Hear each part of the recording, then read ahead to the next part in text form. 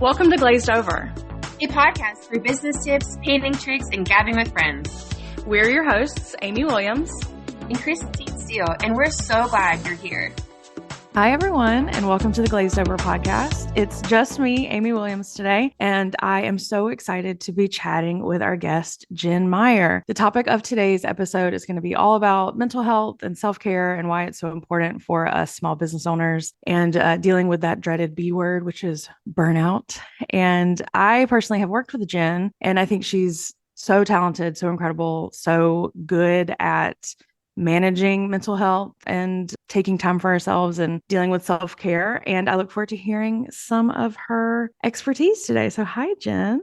Hello. So for the very few people that don't know you, would you like to introduce yourself to the audience? Sure. So I'm Jenn Meyer, and I've got a pottery studio with my daughter, Georgia, in McKinney, Texas. And I also have a cigar lounge with my son that is in McKinney, Texas. And I do some coaching. So I'm a life coach. My jam is productivity and planning and doing all sorts of things. So I'm happy to be here. Thank you. Because planning and productivity is self-care in its own right. You know what I mean? Like without those, you can't really have any good work-life balance. And that is what I have worked just behind the curtain. That's what I have worked with you on. And it was extremely helpful. Do you still do that? I do. Yes. Yeah. Still taking clients and stuff? Yep. Yeah. So hopefully everyone's listening and paying attention to that. So can you kind of share some of your own experience with managing your mental health and kind of the stressors that we see as a small business owner? I mean, you've been in business ownership for a long time. Yeah. Yep, so what has that journey been like? So I think what's important is that as far as managing the stress, I have not always been great at that. And that's kind of what led me into the coaching arena for myself. And it's something that I really struggled with, just working a lot and always thinking like, I've got to work more. I've got to work harder. I can't take a day off. I can't take a few hours off for, lunch with a friend. I think like I started to get into this habit of working all the time. And if I wasn't working, that's when I wasn't comfortable. Like I should be working. So even if I was able to take some time off or, attend a barbecue on a Saturday afternoon, which isn't always easy for studio owners, my heart and my mind was always back at the studio and thinking like, what am I missing? Who am I letting down? And it really was when I think probably closer to 2020 that I really was like, I've got to do something. I can't stay in this like rat race. Like I've got to get off of this and I've got to figure out how to relax a little bit. Yeah. You know, this kind of my lore, my backstory, but I built the bulk of my business in 2020 when we couldn't go anywhere. So I was often working 15-hour days because there was simply nothing else to do. And I was becoming extremely productive. And then we kind of came out of the pandemic a little bit more and my body just broke down and I couldn't put out as much work as I used to do. And I definitely fall under the mindset of if I don't work, I don't get paid. I mean, sometimes it's very true and sometimes it's not as true. So I've been trying to unlearn those practices of just working because it's just not worth it. And I found it really hit me like late 2022, where if like one Jenga piece fell out, then the whole tower really crumbled. Yeah. And I've even since then kind of struggled to put it back together because I haven't necessarily protected my schedule and my peace and my planning and all that like I should. So it's so important. I mean, many of us don't have a big team. Many of us run the studios day to day. And this is the kind of topic that I think, we should be paying a lot more attention to. Yeah. As women too, most of us are women. It's very female dominated industry and we carry a lot on our shoulders. I think just generally like in society for females, and it's not to say that males don't have this pressure. I think they've always had this pressure. And now with the female workforce of like, okay, how do I raise a family? How do I, have a life outside of the studio? How do I get my studio to be successful? How do I have money to hire people? Like we have all of this that we carry. And I think that's where like the self-care really comes in, because if you don't have a routine or a regular practice of self-care, that's where the burnout happens. And that's scary. Can you talk us through a little bit about this? Is kind of a big question, but what do you consider like non-negotiable self-care for you and your business? Self-care for taking care of the business or self-care for like personal? Oh, let's do both. Okay. So self-care for, let's see, let's start with like for me personally. Here's what I figured out. And this is like kind of my opinion, and I don't really have anything to back this, but here's where I'm at. The self-care, like if it's your diet, fitness, lifestyle, taking time off, whatever it is. For so long, I wanted results from that. I wanted to see the results. So if I was doing something, like a fitness journey, I wanted to see the muscle. I wanted to see the strength. If it was weight loss, I wanted to see the scale go down, whatever it was, because I'm a very like results driven person, productivity and all that. And when I started to like relax on the results, that's when it didn't feel so much like a chore.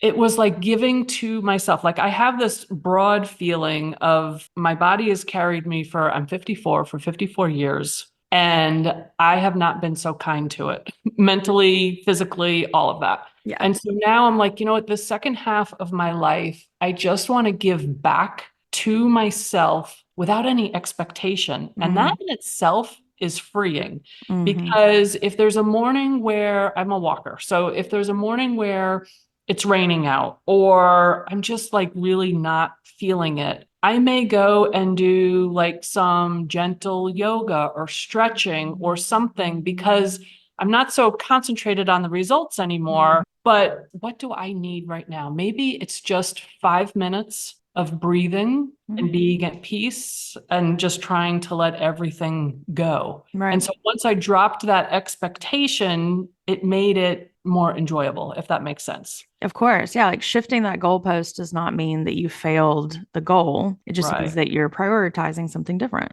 And then as far as like self-care with work, I definitely have some boundaries now of when I'm going to be in the studio, when I'm not going to be in the studio, when I'm reachable. I want my entire team to know they could reach out to me anytime, but I may respond with, I can't help this right now, or I'll take care of this later. Thanks for letting me know. So it's not a case where I'm dropping everything and putting out a fire. That fire may burn a little bit. It depends on how big the fire is. So setting some boundaries, I guess, around work has helped. Yeah. I think that's the hardest thing to do because everything feels so urgent and everything feels like if I don't deal with this right now, everything's going to fall apart. And I am the most important person in the room when really that's not always the case. And maybe having a little bit of trust in your team, I'm sure helps you be able to say, oh, actually, I can't handle this right this second, but tonight I can look at it or tomorrow I can look at it. It all comes down to like training and trust and communication and all the pillars, I think, of a good leader. And for all of us, like there's always going to be something else to do. There is always going to be another fire, or there's always going to be something that's pressing, or a customer issue, or a product issue. That's never going away. So it's up to us to manage how and when we're going to deal with that. And we definitely can like manage it better when we're managing ourselves better. And that is, our health, our mindset, our sleep, things like that are actually important. How do you learn to relax? $1 million question. I would say that is, if I'm being honest, that is still the number one difficult thing for me to relax. I think that I spent so many years working, and don't get me wrong, like I enjoyed working. I still enjoy working. I love to work. Like my favorite thing is to be on a cruise with a glass of wine and my laptop. And I'm like people watching, but I'm also like doing some social. I'm in Canva, doing some graphics, but relaxing like on a day-to-day basis is a tough one. And I really need to like kind of shut my brain off.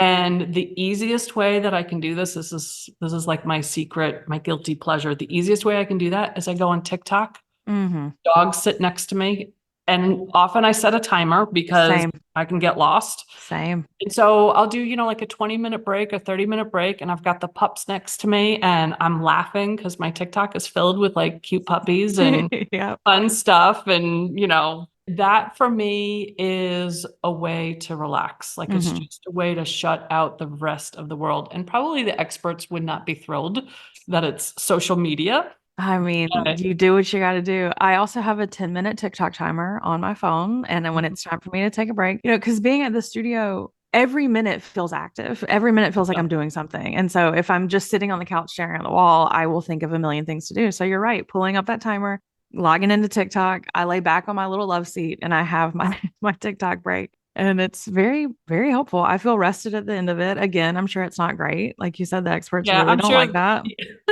But I uh, you laugh, know, I laugh. yeah, I have fun. So, thinking about work-life balance, scheduling, prioritizing, productivity, all of that kind of stuff, I would imagine you can't do that alone. I think some of us, me, basically, have a hard time kind of asking for help. Do you have any advice around kind of like curating a team or like a support system, basically? Because we can't do this alone. You know what I mean? Like, do you have some advice for how to just put back maybe some of our pride and just start asking for help? Or delegating. I know that's something that you really helped me out with is Yeah, delegating tasks. I think building a team is probably one of the most important things, and it's probably one of the hardest. And Yeah. I find I've been an entrepreneur now 17, 18 years. I think that I've had Mm. my own businesses. And so I do believe that building a team today is a little bit Challenging. Yeah. challenging than it was, say, 10 years ago, 15 years ago. But the same complaints I had 15 years ago, I still have now. It doesn't change. But when I take care of myself, I've got more patience Hmm. with the team and with training and really cultivating like that atmosphere that you want in your studio or in your business. Having core values has really been a life changer for me business wise, because now all the decisions can filter through those Mm. core values. So with my team, if there's, some kind of a problem, well, are you following the core values? One of ours is like to be fair. So was that fair? But you definitely need that support. And I do have that support. Like I've got that support now with Georgia. It wasn't always like Hmm. that. She really needed to grow into it and mature into that stage. And she's there. So she's definitely the face of the studio now, Hmm. versus me. But we've worked to get to that point. That's very true. You can't have a solid support system until you define what your boundaries are and what your needs are and communicating all of them. I feel like I glossed over boundaries a little bit with you, but I just think that's something that we all need help with. And again, mostly me. How do you determine what's important to you? How do you determine what these boundaries are? I mean, is it trial and error? Is it just like throwing stuff at the wall? I mean, how did you figure out what you needed? I figured out what I needed based on like how I felt. Like if something was like making me crazy, Mm, then I knew that that was an area that I needed to address either with somebody or with myself. So like the boundaries, I think a lot of people think of boundaries as I want you to do this hmm. and you need to do that because I want Hmm. to feel better. Yeah, or you can't do this thing. Right. And the Hmm. boundary, I think a boundary to really work is if you do X, I'm going to do this because Hmm. we can't control the other people. Like to a degree, I mean, you've got employees and you can have consequences and standards and all that, but we can't control what they do and their actions and what they're thinking, but we can control ourselves. And so setting up boundaries with a team member, if you're going to be late, then I am going to take you off the schedule. And so the consequence is really up to me of what I'm going to do. So if someone is like habitually late, then instead of like trying to get them to fix it, just letting them know, like, okay, if you choose to be late, I'm taking off the schedule or whatever that is. But the boundary is the action of the boundary, like how we follow through, that's on us. Could you share some more boundaries that you have maybe with staff? Sure.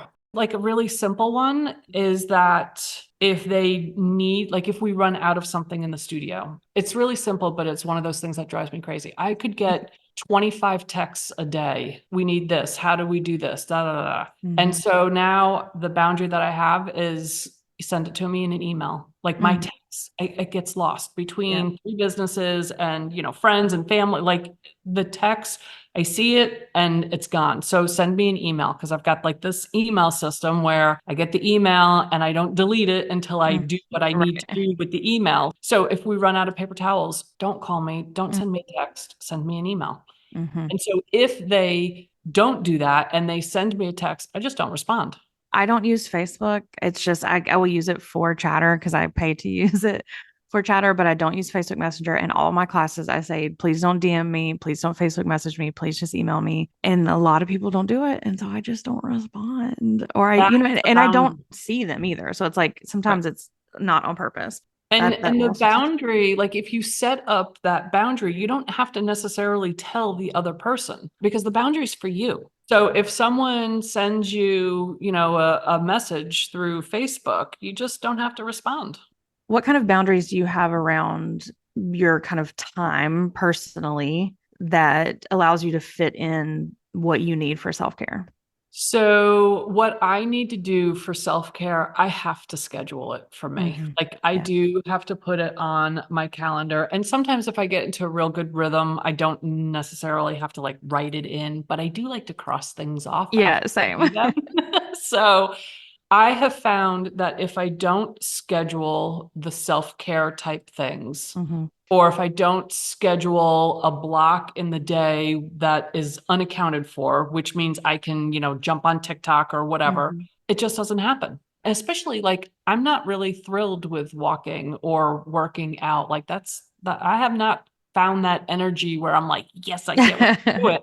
But I know it's important. And if I don't schedule it, I will fill my calendar. I will pack it with other stuff Mm-hmm. to kind of tell myself, see, you didn't have time to do it. Right. Look at all this stuff you have to do. And it's like I'm building a case against myself. Mm-hmm. So I put in the self-care. And like I mentioned before, like sometimes it is shortened. Maybe it's only, 15 minutes, maybe it's a half hour or something.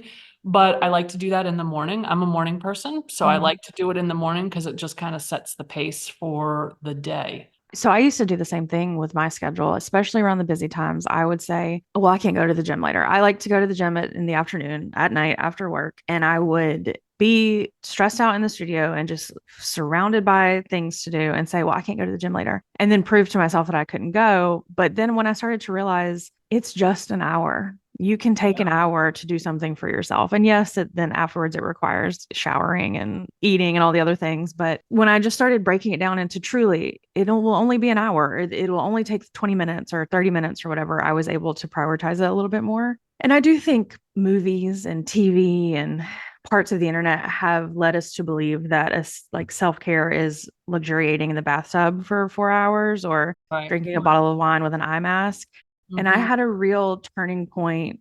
I mean, I remember the day. It was a couple years ago where I realized doing a load of laundry was self-care Mm. and making a grocery list was self-care and scheduling a grocery pickup. I mean, all of these things that I would work through or just put on the back burner or then be too tired and burnt out to deal with. It's self-care. And even, It is. of course, it's fun stuff too. Like I spend most every Saturday on the floor in my living room with the TV on, working in my art journal. And if I miss it, it's not the end of the world, but I'm grouchy and I want to prioritize it. And so I will prioritize it. And it's made me able to do things that I don't want to do in the business, if that makes sense, because I do have that outlet for me and I have scheduled in that time for myself. And it's self care. It's so important. And so then do you find that when you do that, you have a little bit more fresh insight or fresh, like Absolutely. rested physically and rested mentally? Mm-hmm. Yeah. And I think it opens up space to be more creative when I have rested in that way because I can problem solve better. I can look at things with like a fresher eye. I feel very at peace in that way. And that's where when I was in the stage of, working 7 days a week, like so many of us do, especially like holidays and all of that, Mm-hmm. I felt like there was no time to do that. And then you get into like that law of diminishing returns where you're not as effective. Like it's taking long, you're making mistakes, you're Yes. overlooking details because you're frazzled, you're Mm-hmm. just tired. Mm-hmm. And that's where, like, when I started to say, like, okay, like self-care, like I do meal planning and I do Mm-hmm. meal prepping and I do that stuff, it's all helpful for work. Like I started to produce more Right. and actually be more effective in what I was doing for the studio when Mm-hmm. I was taking care of myself. Yeah, I also think it makes you a little more fun to be around. Not you, but me for sure. Like, oh, I'm less crazy. And I like having, when I'm sitting down and I'm working on, I have 60 mugs in front of me and I've got to letter all these things. I get to a point where I get bad and I'm like, oh, it's starting to look bad. Do I need to take a break? Do I need to go home? What does this look Mhm. like? Having that kind of like thing in front of you, like you're saying, you get frazzled, you get unproductive, you get worse at what you're doing. That's a really good benchmark because I don't always take the time to see what time it is. I don't have any mirrors. I don't have any windows in my studio, just a Mhm. skylight. And so on the busy months, Christmas time, I'm often just like looking up at the skylight to try to figure out what time it is. And when it gets dark, I'm like, oh no, I've been in here entirely too long. Taking time to kind of check in with yourself is Yeah. very important. And when you're in that, it's so easy for our brains to say, you have to work more. Like you're Mhm. screwing up now, pull it Yeah, I together. get it. Yeah, And exactly. yeah, and like, let me just finish this. Let me just finish this. And it's so easy to get into that kind of rut where you just need to step away. I also think mindset is a big part of it. I mean, I find when I'm not being the best version of myself, I'm talking to myself really badly, I'm talking to other people really poorly. I'm trying to watch the level of complaining I'm doing. This is also very hard. I'm not very good at it, but I think there's a difference between like venting and then getting like really down in the gutters and rolling around in there and just staying in that headspace. So what are your thoughts around that and like how a positive mindset can really affect you, your staff, everything that you're doing? I mean, that mindset is definitely, that's my thing. And here's what I think about being positive. And what I've learned is that our brains want to go to the negative and like doomsday and just like the fire's burning. I think that that is natural for many of us. And it wasn't until I started to journal, like a note app on my phone. Mm-hmm. So not like sitting there for a half hour, but just positives, like wins for the day. Yes. And when I started to do that, so I wanted to list 5 wins per day. At the end of the day, I would try to recall them. And I was like, I got nothing. Like Mm-hmm. today sucked. So then I was like, all right, this isn't really working. So I started with a note app on my phone and I try to just, it's a sentence or two, real quick in my phone as it happens. And what I found was that there are so many wins and positive things throughout the day, little, but that's what builds up. And what was most interesting was that if I don't do that as they're happening, it's like they're gone. I can't, Completely. as much as I feel like I've got control over my own brain, if I don't log them as they're happening, I don't remember them because that's Mm-hmm. how badly, and I think of myself as like a pretty positive person. I'm typically like seeing the good side of situation. Like if you compare me to my husband, Chris, he's like the cynical guy. And I mean, I'm always like the, yeah, but you never know, Yeah. you Benefit know, of the doubt. Yeah. yeah.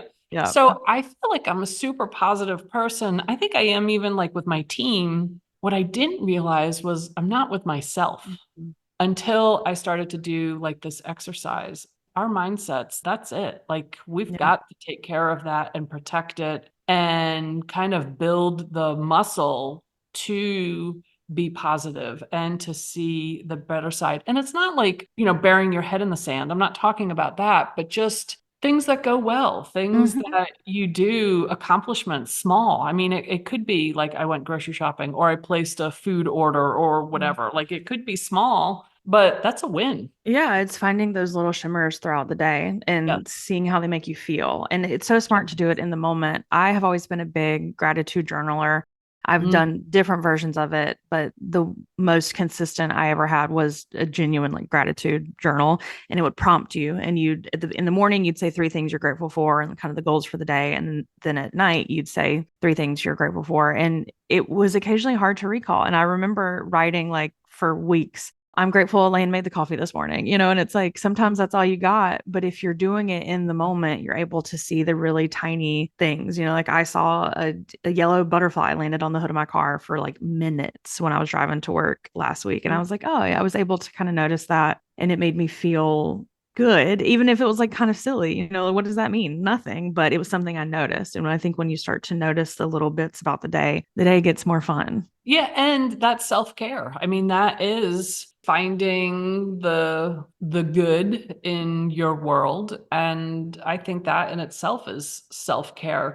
Finding the negatives, there's a place for that. Like you need to troubleshoot, you need to be able to critique what's happening in your studio, or, if you made a bad decision or a good, you need to look at that, but not live in it, not Right. dwell in it. And then how can you pivot? Like, Mm-hmm. how can you take that situation and learn from it? Yeah, it took me a long time to learn that just because you had kind of a bad 5 minutes, that it doesn't ruin your whole day. You can take a second and kind of regroup. But in the biggest times of stress, it's hard to It is. regroup after that.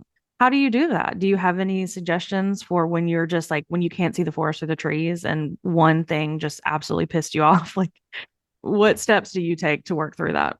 For me, in that type of a situation, that's where, so two things. One is that if I don't recover quickly from the situation, that's when I know my tendency is to just keep spiraling. Mm-hmm. That's when I start looking for the other things that went wrong. And then there's this, like if we get a customer complaint and now it's like the whole studio is ready to fall apart, and who didn't clean last night, and why is there garbage here? Like I start to look for stuff to keep me in that funky mood, that foul Of mood, because I'm course. Yeah. pissed.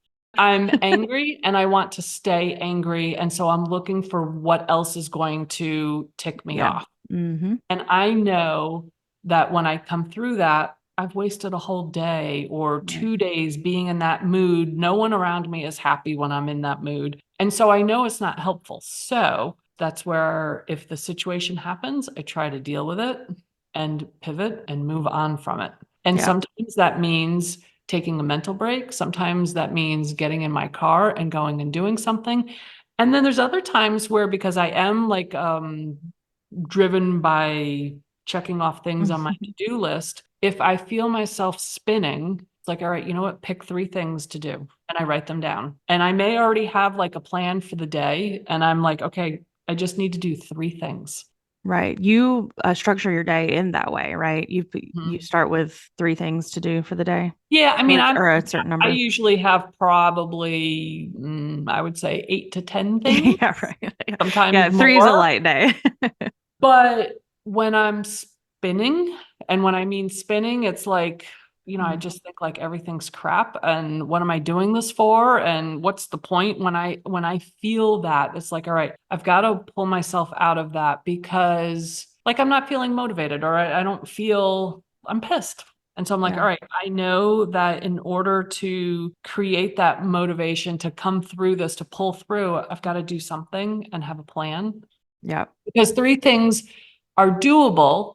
Most cases, most days, they're doable, and I've got to fight my brain to think like, that's not enough. Right. Like I've Yes. got a to-do list that's 100 things long. Three things, what's the difference? You know what? Three things do make a difference. Something that I learned from you and from other friends and kind of support systems in my life is that I think we often put too many things on our to-do list. Sometimes there are 10 things that urgently need to be done, but sometimes it can just be six. Things can be cut down or delegated. I have started in my busiest times saying my plan out loud to someone and watching them be like, I don't know that you can.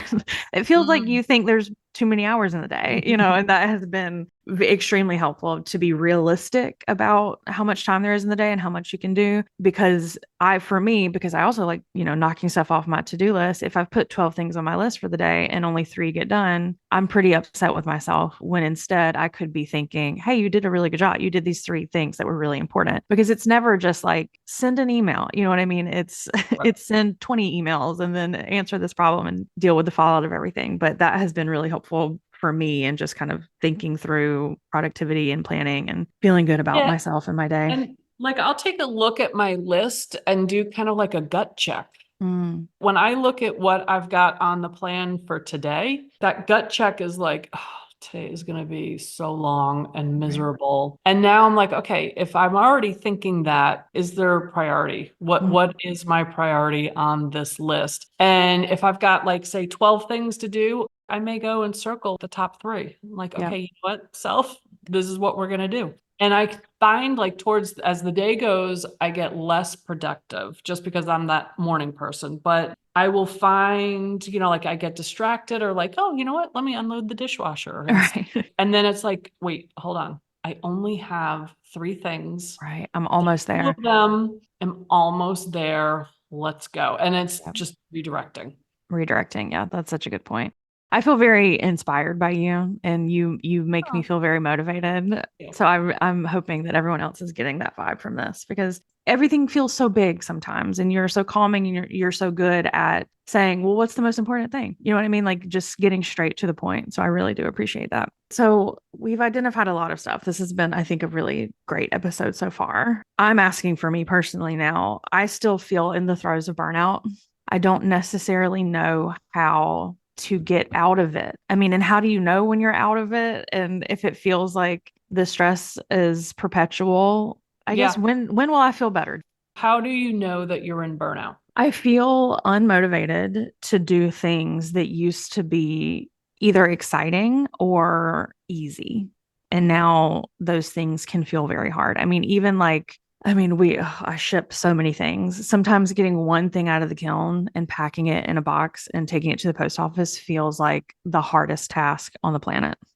Because you're worn out. I think so. And I'm over it. I've done it 1,000 times, over 1,000 times. I just don't want to do it anymore. I want someone else to do it, but I want it done right, and I want it done my way, which is how I'm the one stuck doing it.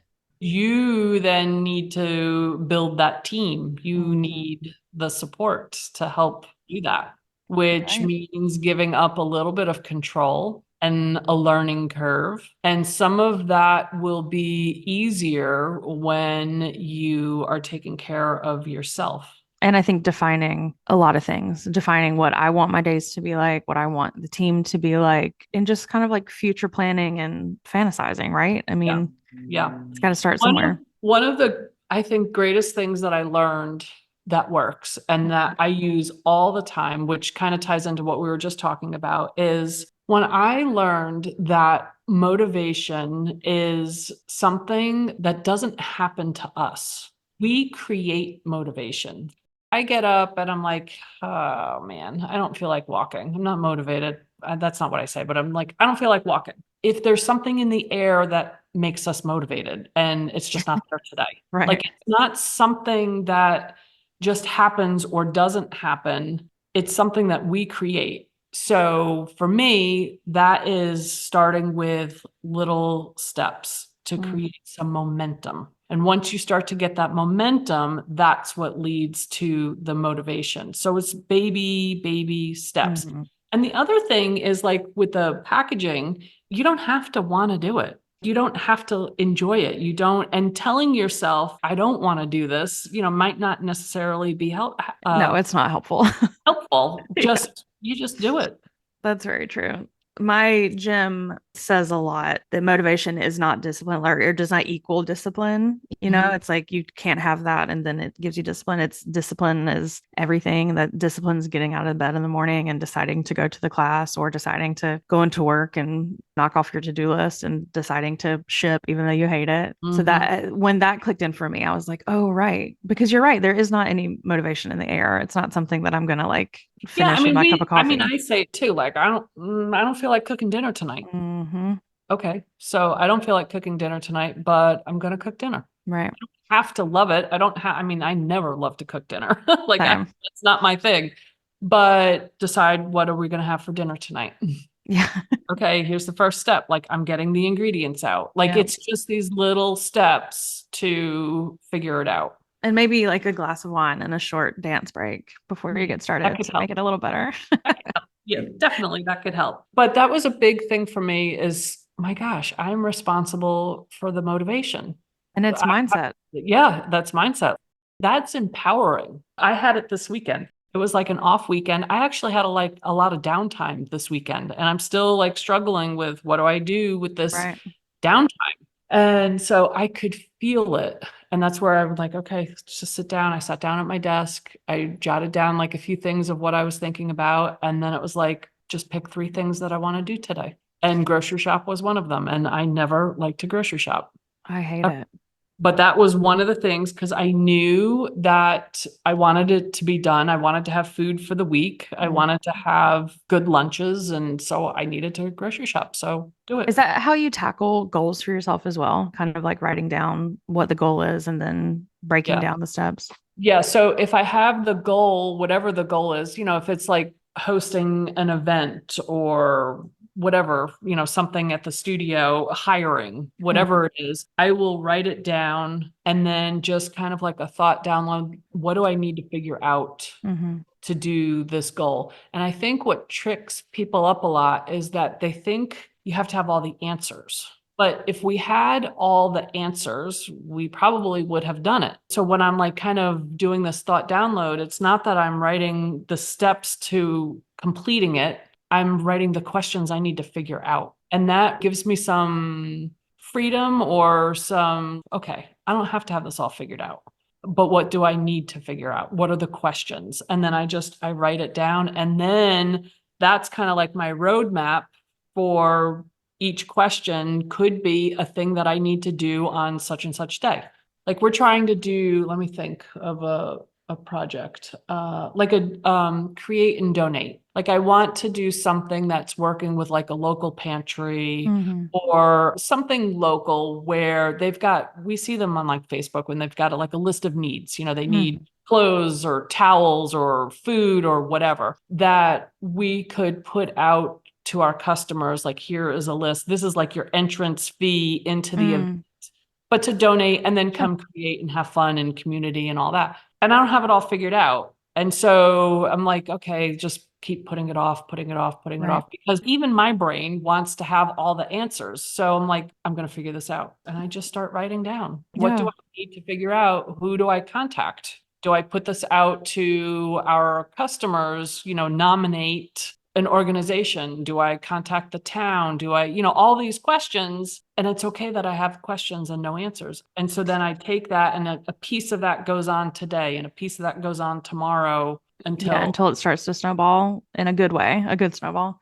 Right. I think it's also important to remember that there are no wrong questions or no wrong answers. It could be asking your audience, who should you nominate? And if that doesn't work, okay, next one. It's not kind of the end of the event or end of the plan or whatever. Yeah, it's really whatever it takes to move forward is kind of what I'm getting from all of this.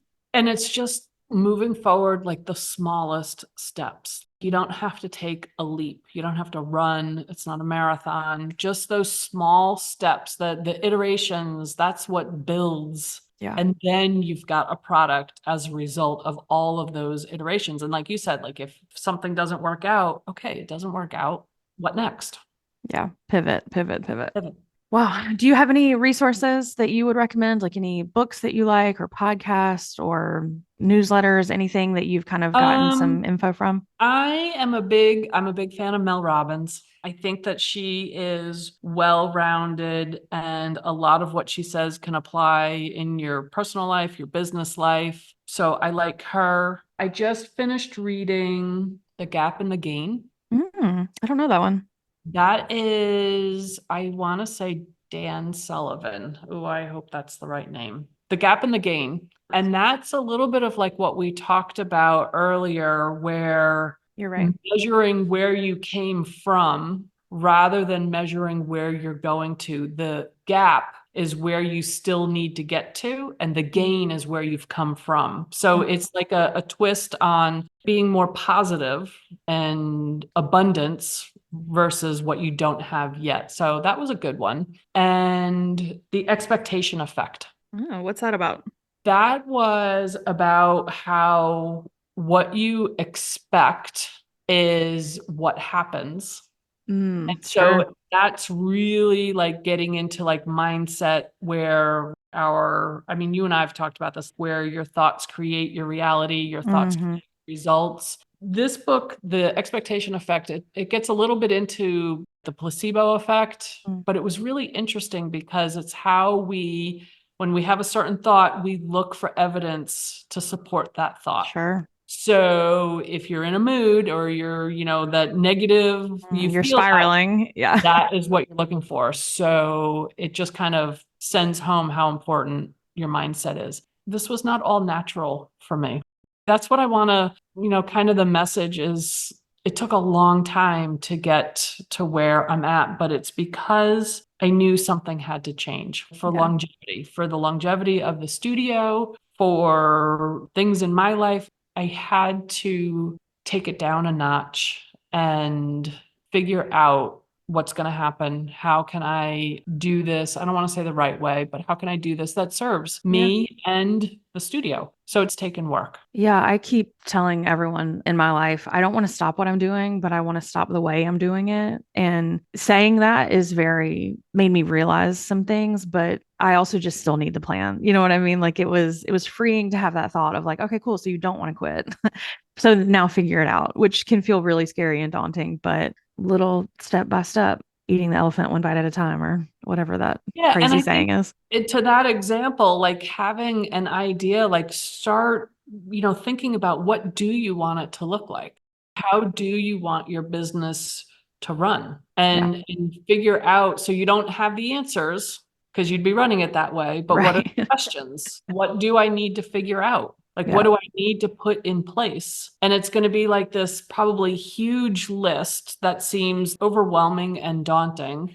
And it's not a big deal. Like you take one small thing and put it in place. Or, if it's a procedure or a system, or if it's hiring, whatever it is, just one thing at a time, because you will be one baby step closer, which is closer than taking a step back. Oh, you're so good. Thank you. I'm so delighted that we got to chat with you today.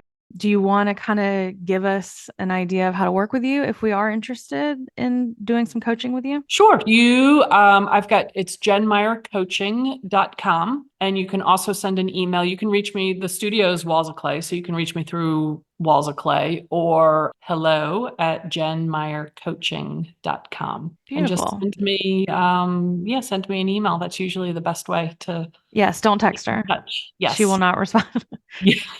And will you be at convention teaching this year? You'll be at convention. I'm going to be at convention, and I'm so excited. This is so life-changing. This is totally different than what we were talking about. Although I guess I'm teaching about ChatGPT. Oh, that's awesome. Artificial intelligence. Yes. I have taken a class with you where you have touched on it, and you're so good at. I think about you every time I type something into Gemini. So excited. To your friend Gemini. Yeah. I've been saving like over the last, I guess I found out in maybe January, I think when they did the class selection, I don't know. I've been saving like the good stuff, the one where I'm just so blown away when I ask a question or I need help or whatever it is, all business related, but I'm so blown away and I've been saving that all for the class. I'm very excited. I can't wait. I'm going to try to drop in. Yes. Don't tell anybody. I'm just going to crash your class. That's okay.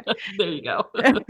Well, amazing. Thank you so much, Jenn. This was a delight. And thank everybody for listening and spending the last hour with us. And I hope that you've come away with some ideas on how to set boundaries and take some time for yourself and see how important it is when you are your best self. You can run your studio the best or run your small business the best and have the best team and just be a happier, more settled version of yourself. So go forth and prioritize. Yes. Thank you so much, Jenn. And we'll see you in the next episode. Bye. Glazed Over is brought to you by the CCSA, the Contemporary Ceramic Studios Association. Thank you to our moderators, Amy Williams and Christine Steele. Intro and outro music by Scott Lester. Executive production by Louise Blazucki. Learn more about the CCSA at ccsaonline.com.